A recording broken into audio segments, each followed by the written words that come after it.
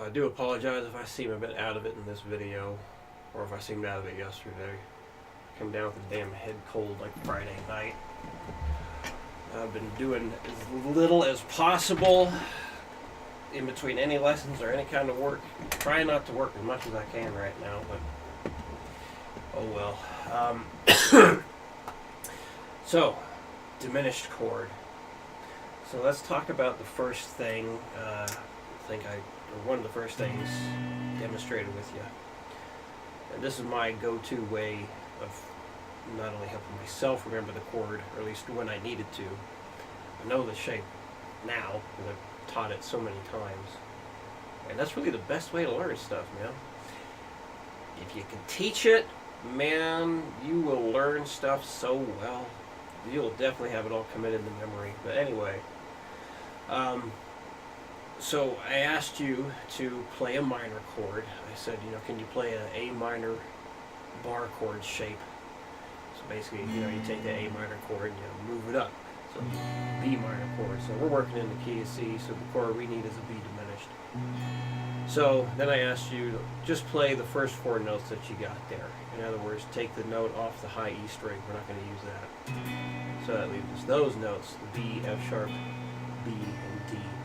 And then I asked you if you could tell me the intervals, and then you came up with a 1, 5, 1, flat third, or minor third. I would just say flat third for the most part because that's how I was taught it in the simple way. So one less syllable. It's the lazy man's way of saying minor third, flat third. Anyway, so if you can remember that shape, and you know the diminished chord formula of 1, flat 3, flat 5, so you just remember where that 5 is. There, that's just a power chord. B5, 1, 5, 1. So you just gotta flat that guy, and then you got yourself the diminished shape. And then same thing over here. If you can just think of it, instead of playing that full chord there, you just play the first four notes. 1, 5, 1, flat 3. There's the 5, flat it. And there you go, there's your diminished shape. So that's my go-to way of having people, or helping people remember the quick way of getting back to that diminished shape. And that's one thing I like about chord theory. It's not, the most important thing for me is not having you guys memorize every single chord shape. The most important thing, I feel, is memorizing the chord formulas, so this way you can find those shapes when necessary. So, yeah, that's basically it, because if you try to remember every single chord shape that you could ever possibly have, you're never going to do it. Because when you think about it, not only do you have, obviously, the triads, but you have inversions and voicings of that. You have your suspended seconds, suspended fours, you have your suspended flat seconds, suspended sharp fours, you have your suspended 4 flat 5s, suspended flat second flat 5s, you got all the variations of the 7th chords, major 7, minor 7, minor major 7, or minor natural 7, however you want to call it, the dominant 7, your diminished 7, half diminished 7, I'm sure I'm forgetting something there, but yeah, you got your augmented 7, your dominant 7 sharp 5, and then of course you have the 9th chords. So there's tons of them, tons of chords out there, so it's not practical to try and memorize every chord shape, because it's not going to happen. Having basic ones memorized is a good thing, like your basic major, minor chords, your bar chords, your open chords, things like that. That's a very useful thing to have, so you can call upon that whenever needed. But when you get into the extended chords, or chord variations and whatnot, I feel the biggest thing is understanding what the chord name is telling you, so this way you can decipher it and put it together, or you can take a chord and break it apart to have a better understanding of what you're playing. So like maybe you throw your hand down a particular way.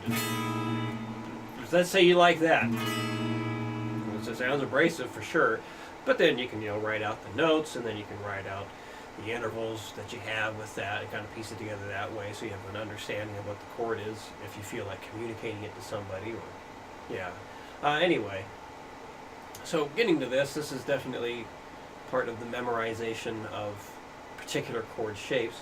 However, it's important to keep in mind that you're only dealing with a few shapes here. you're dealing with a major chord shape. So remember, you're going to bar the major chords in this example with your ring finger. And then, so you got the major chord, you have the minor chord, and you have the diminished chord. So there's 1, 2, 3 shapes that you're dealing with here. So that, I think, is important to memorize here. So some memorization is important, yes. But, or at least memorizing chord shapes, some of it is important, yes. But memorizing every single possible one might be a bit too much. Hope that makes sense. So anyway, getting with this, feel it's important, memorize what the chords, say what the chords are as you go. That's what I'm trying to say. So we get your A minor, also I'll say them as I go. So A minor, A sharp diminished, B diminished, C major, C sharp diminished, D minor, D sharp diminished, E minor, E diminished, F major, F sharp diminished, G major, G sharp diminished, A minor. And once you get comfortable with that, you don't have to say it as you go anymore, especially if you start getting quick with it. So another thing, keep in mind here, you're basically always moving the root note up with every single chord shift. So with the A minor, you're going up a half step root note. The root note goes up a half steps, and then you have your diminished. Half step, moved up. Root note goes up a half step. Root note goes up a half step. Root note goes up a half step. And then we're on D sharp diminished, so that moved up a half step. Now E minor to the E diminished. But this is one of the only this is like the only time you don't go up a half step to the new chord. So E minor turns into E diminished, and then we go up again. But everything else, you're constantly moving that root note up a half step. Number 2, so we have the note up here, only bar the minor chords. So this is to remind you that even though you can definitely bar this diminished chord shape, I highly advise against it, because if you do bar it, then you run the risk of playing the note that would be barred on the B string. And the note on the B string is not part of the diminished chord. So that's why you want to use all 4 fingers for the diminished chord, but you can definitely bar the minor chord. If you use all 4 fingers for the minor chord, it feels very, very strange. So with this one, again, you only have 3 shapes: your minor, diminished, and a major. So one cool thing about going from the major to the diminished is your index finger and your pinky finger don't move. Your ring and your middle finger, they go down just a half step. Whoops. But the index finger wants to keep going along for the ride when I come back up. Anyway, so with this one, I think it sounds better when you use the diminished chord as a transition for the descending stuff if you maintain the same root note. So basically every time we switch a chord, we're going to stay on the same root notes.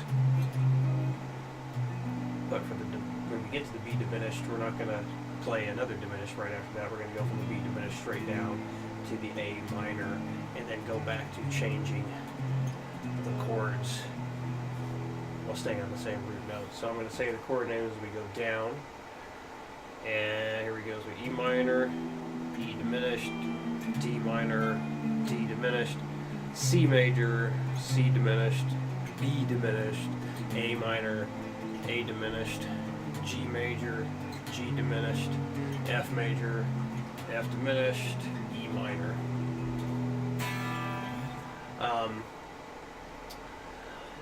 So what I recommend in terms of memorizing this piece, because what I want you to be able to do is play the whole thing, and I'm going to ask you to play it next week.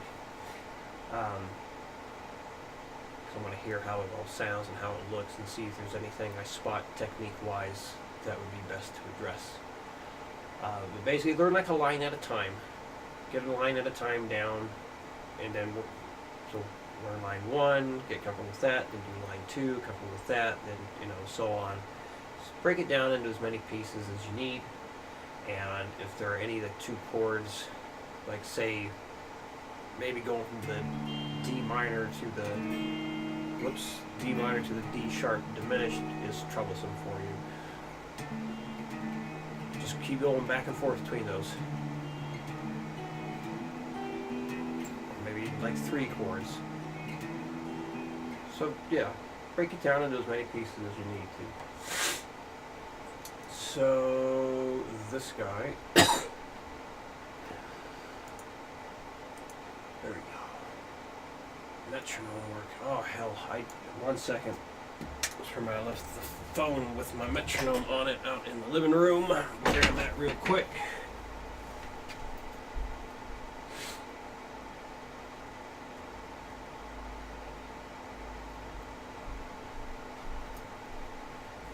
Okay.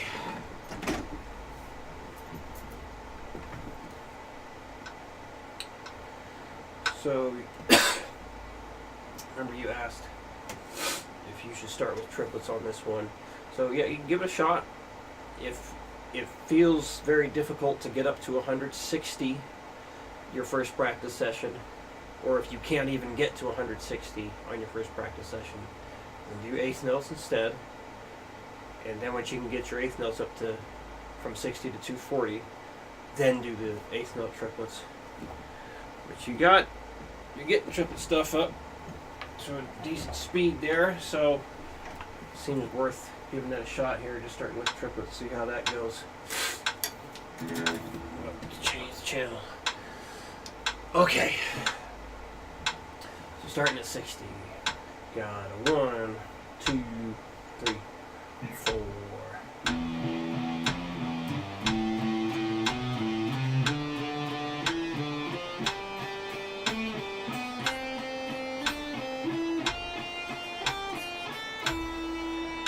One of the challenges with this is keeping strings muted as you do move from string to string. So, like, when I'm going up to that A string, I'm using my thumb to mute the E string, and I'm using my index finger to mute the other strings. And you could use your index finger here. But basically, you want to make sure all these other strings are muted as you go up.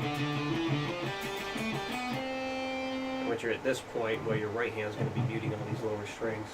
So do your best to keep the strings from vibrating as you're going from one open string to the next. Let's do 100 beats a minute now. 1, 2, 3, 4.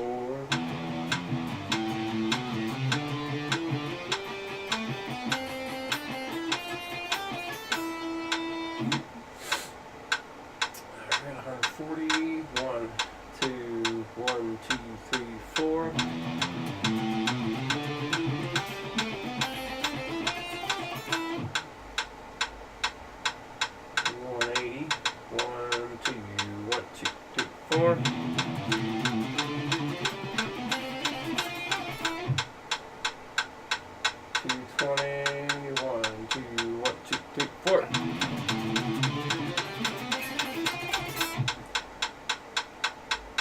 Yeah, let's see if I can do the top speed of 240.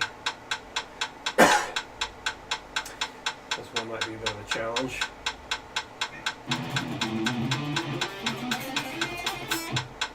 Yeah, that's I don't do a lot of open string stuff like that. So, going to the descending.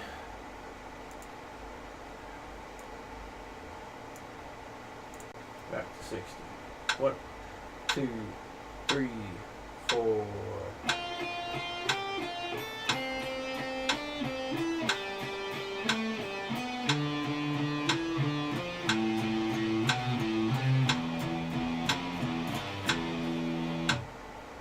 Let's just double it. 120.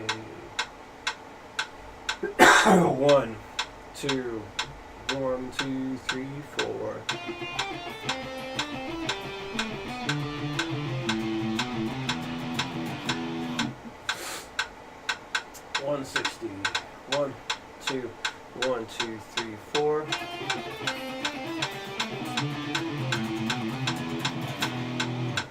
throw in a power chord at the end there if you feel like it.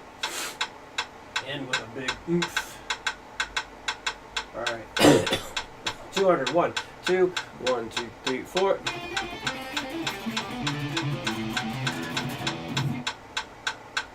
And top speed 240. 1, 2, 1, 2, 3, 4. That was terrible. 1, 2, 1, 2, 3, 4. Ooh, that's difficult. Okay. Other things we talked about was ripping off songs. So you mentioned the Trooper, and I suggested do something like similar stuff to it. Like stay within the same rhythm. Maybe do like your own pull-off thing or hammer-on thing or legato for like your intros. Basically, you do your intro that follows the same kind of idea, and then you got make your own idea for it instead of doing a. So we're going to stay in the key of C. So you're using the scale shapes you've been working with. So you can do something like.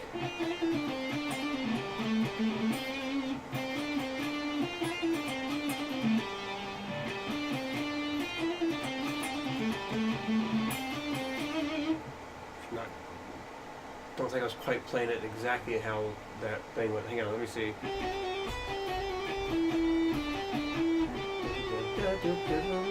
Okay, so yeah, maybe do something like.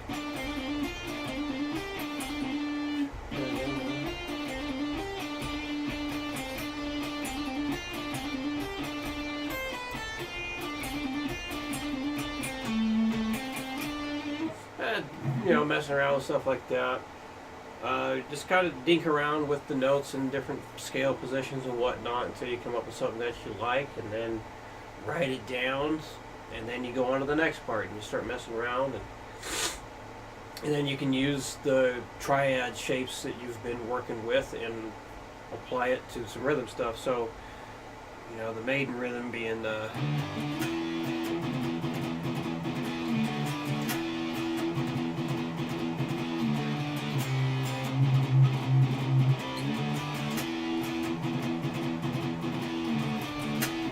you could do something like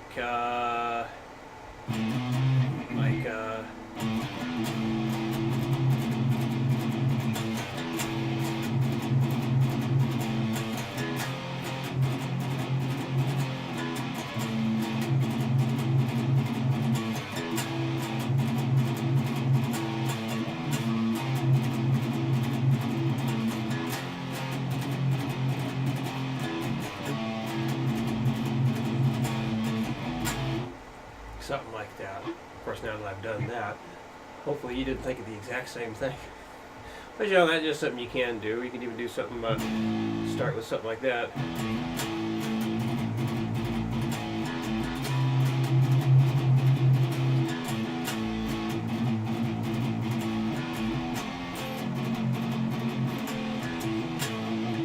So, just try different combinations, variations, and whatnot, and just find something that sounds good to you.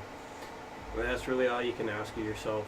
Just again, as you know, and as we talked about, there's so many ways you can approach writing a song. But try the rip it off method first. I wouldn't worry about a solo yet. Write a guitar rhythm for a solo to be played over, like the Trooper has, and then eventually, if you can record that.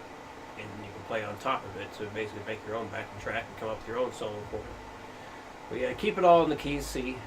Any of the modes, fine, because it's all the key of C. Basically just use that rip off method as a way of getting more familiar with the scale shapes you're learning. So I think that covers everything. But as always, if you got any questions, let me know. I'll see you next time.